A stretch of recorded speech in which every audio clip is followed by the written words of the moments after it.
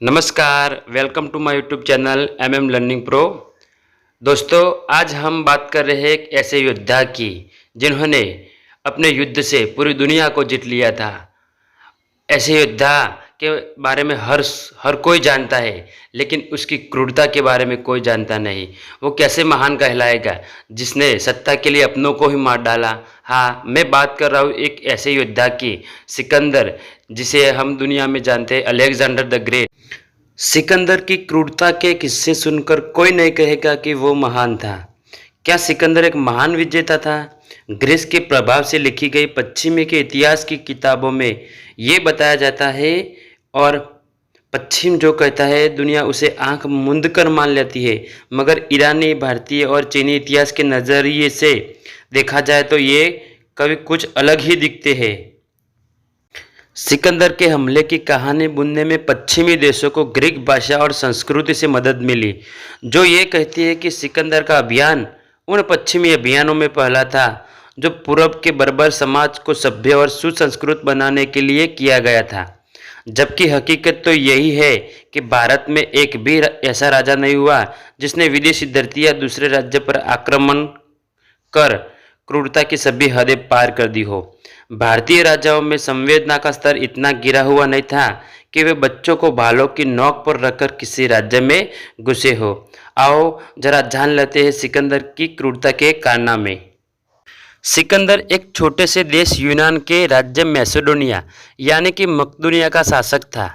एक ऐसा देश जिससे फारसियों से कहीं बाहर कुचला था। मैसेडोनिया के लोग फारसियों से बेपनाह नफरत करते थे।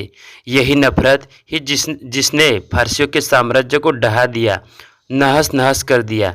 सिकंदर के सिंहासन पर बैठने की कहानी क्रूरता से भी प्रारंभ होती है और उसका अंत भी क्रूरता से ही होता है।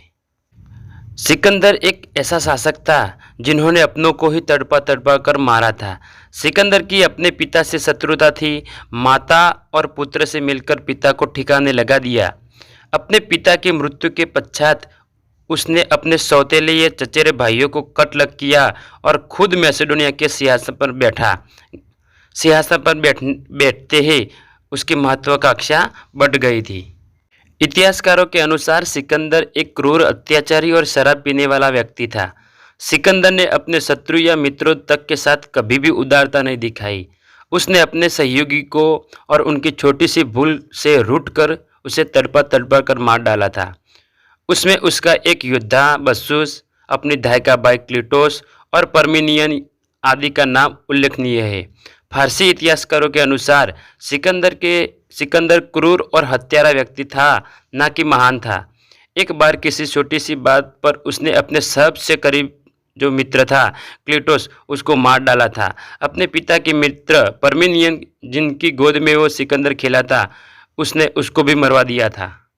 प्रसिद्ध इतिहासकार इरेनियन लिखते हैं कि जब बैक्ट्रिया के राजा बसुस को बंदी बनाकर लाया गया था, तब सिकंदर ने उन पर कोड़े लगवाए और उनकी नाक कान कटवा डाली थी। इतने पर भी वो संतोष नहीं हुआ। उसने अंत में उसकी हत्या भी करवा डाली।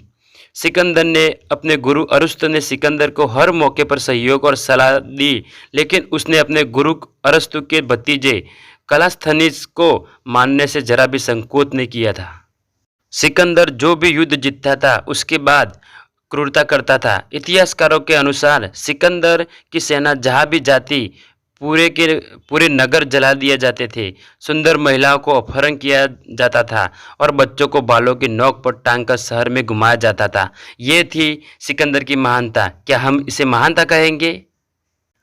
सिकंदर की फारस के युद्ध के बारे में हम कहे तो सेंट एंड्रूज विश्वविद्यालय स्कॉटलैंड के प्रोफेसर अली अंसारी के अनुसार प्राचीन ईरानी एक्मेनिड साम्राज्य की राजधानी पर्सपोलिस के खंडहरों को देखने जाने वाले हर सैलानी को 3 बातें बताई जाती है कि इससे डेरियन ने बनाया था, इसे उसके बेटे जेरेक्सन ने उसे बढ़ाया था, लेकिन इसे उस क्रूरता इंसान ने तबाह कर दिया जिसका नाम था सिकंदर। शराब पीने के बाद एक ग्रीक नर्तकी को यह कहते दिखाया गया है कि ईरानी शासक जेरेक्सन से बदला लेने के लिए उसने सिकंदर यानी कि एक पुलिस को जला दिया था। ईरानी सिकंदर की ये कहकर भी आलोचना करते हैं कि उसने अपने साम्राज्य में सांस्कृतिक और धार्मिक स्थलों को नुकसान पहुंचाने का बढ़ावा दिया।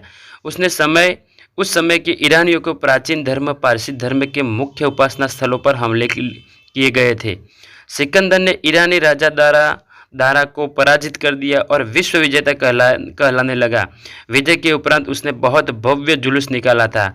महज 32 साल की उम्र में मौत के मुंह में चला जाने वाला सिकंदर को ईरानी कृति शाहनामा में महज के एक विदेशी राजकुमार माना है। उसे कभी महान घोषित नहीं किया। महान पश्चिमी संस्कृति के लोग उसे महान मानते हैं। ग्रीक इतिहासकारों के अनुसार सिकंदर ने पोरस को हराया था, लेकिन ये गलत बात है। हकीकत ये है कि पोरस ने सिकंदर को हराया था। ऐसा क्रूर सिकंदर अपने क्या महान सम्राट पोरस के प्रति उदार हो सकता है? यदि पोरस हार जाते तो क्या वे जिंदा बचते और क्या उनका साम्राज्य यूनानियों के साम्राज्य नहीं हो जाता? इतिहास में ये लिखा गया है कि सिकंदर ने पोरस को हरा दिया था। यदि ऐसा होता तो सिकंदर मगध तक पहुंच जाता और इतिहास कुछ और होता, लेकिन इतिहास लिखने वाले यूनानियों ने सिकंदर की हार को पोरस की हार में बदल दिया। फारस में भव्य जीत के बाद पोरस से हारे हुए सिकंदर का सम्मान और उसकी प्रतिष्ठा बनाए रखने के लिए यूनानी लेखकों ने यह सारा झूठ जाल रचा दिया था। स्ट्रैबो, स्वानबेक आदि विदेशी विद्वानों ने तो ये कई स्थानों पर इस बात का उल्लेख भी किया है कि मेगिस्थनीज आदि प्राचीन यूनानी लेखकों का विवरण झूठ है। इसी विवरणों के कारण ही सिकंदर को महान समझा जाने लगा और पोरस का एक हारा हुआ योद्धा, जबकि सच्चाई इसकी ठीक उल्टी थी। सिकंदर को हराने के बाद पोरस ने उसे छोड़ दिया था।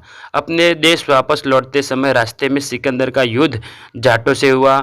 जाटों से युद्ध में बुरी तरह घायल सिकंदर बाद में मारा गया। कहते हैं कि वह शराब पीकर युद्ध लड़ता था। यूनानी इतिहासकारों के झूठ को पकड़ने के लिए ईरानी और चीनी विवरण और भारतीय इतिहास के विवरणों को भी पढ़ा जाना चाहिए।